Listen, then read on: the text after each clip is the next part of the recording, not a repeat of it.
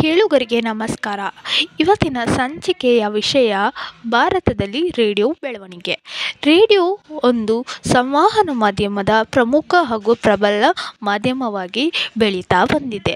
ಅದು ಒಂದು ವ್ಯಕ್ತಿಯಿಂದ ಮತ್ತೊಂದು ವ್ಯಕ್ತಿಗೆ ಸಂದೇಶ, ಮಾಹಿತಿ, ಅದೇ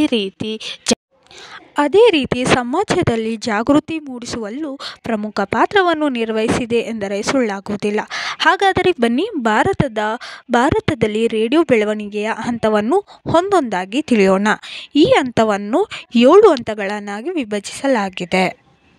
ಮೊದಲನೇ ಹಂತವನ್ನು 1921ರಿಂದ 1927, ಹಾಗೆ ಎರಡನೇ ಹಂತವನ್ನು 1927ರಿಂದ 1931, ಮೂರನೇ ಹಂತವನ್ನು 1931ರಿಂದ 1936, ನಾಲ್ಕನೇ ಹಂತವನ್ನು 1936, 1947, ನಾಲ್ಕನೇ ಹಂತವನ್ನು 1947ರಿಂದ 1957, ಆರನೇ ಹಂತವನ್ನು 1957ರಿಂದ 1994, ಕೊನೆಯ ಹಾಗೂ ಏಳನೇ ಹಂತವನ್ನು 1994ರಿಂದ ಪ್ರಸ್ತುತದ ಕಾಲದ ಬೆಳವಣಿಗೆವರೆಗೂ ಪರಿಗಣಿಸಲಾಗುತ್ತದೆ.